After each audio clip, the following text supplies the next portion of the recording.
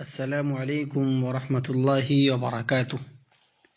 معزز ناظرین، دعا ایپیسوڈ کے سیریز میں آپ سب کا استقبال ہے۔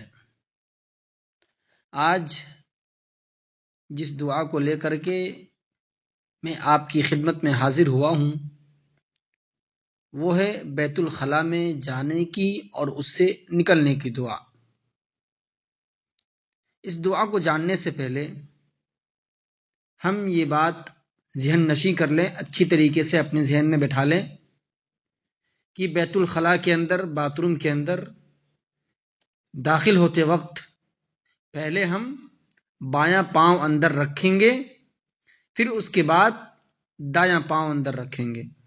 اسی طریقے سے جب ہم نکلنے لگیں گے تو نکلنے کے وقت پہلے ہم دایاں پاؤں باہر نکالیں گے، اس کے بعد پھر بایاں پاؤں باہر نکالیں گے۔ اسی طریقے سے بیت الخلاء کے اندر داخل ہونے سے پہلے اور نکلنے کے بعد ہمیں دعا پڑھنی ہے، یعنی اگر ہم اندر جا رہے ہیں تو داخل ہونے کی جو دعا ہے اس کو پہلے پڑھ لیں گے، تب اندر داخل ہوں گے۔ اسی طریقے سے جو بیت الخلاء سے باہر نکلنے کی دعا ہے تو اس کو وہاں سے نکلنے کے بعد پڑھیں گے۔ ایسا نہ ہو کہ ہم اندر جا کر کے دعا پڑھیں اور نکلنے سے پہلے ہی دعا پڑھنا شروع کر دیں، تو ایسا ہرگز نہیں ہونی چاہیے، بلکہ ہم دعا پہلے ہی پڑھیں گے جانے سے پہلے، اور آنے کے بعد وہاں سے نکل کر کے باہر تب ہم آ کر کے دعا پڑھیں گے۔ اب آئیے ہم یہ جاننے کی کوشش کرتے ہیں کہ بیت الخلاء میں داخل ہوتے وقت کون سی دعا پڑھنی چاہیے۔ تو وہ دعا ہے اللہم انی اعوذ بک من الخبث والخبائث۔ ایک مرتبہ میں پھر سے ریپیٹ کر رہا ہوں آپ کے سامنے، اللہم انی اعوذ بک من الخبث والخبائث۔ آئیے ہم اس کے ترجمے کو بھی جان لیں۔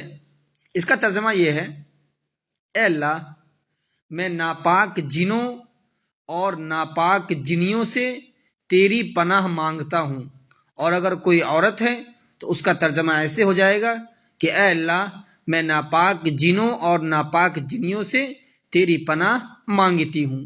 تو یہ ہے بیت الخلاء میں جاتے وقت اور داخل ہوتے وقت کی دعا۔ اب آئیے ہم بیت الخلاء سے باہر نکلنے کی دعا کون سی ہے اس کو بھی جان لیتے ہیں۔ وہ دعا بہت ہی آسان ہے، ایک لفظ کے اندر ہے بس، غفرانک۔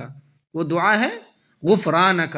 آپ بیت الخلاء سے باہر نکلیں، اس کے بعد اس دعا کو پڑھیں گے، غفرانک۔ اس کا ترجمہ ہے اے اللہ میں تیری بخشش چاہتا ہوں۔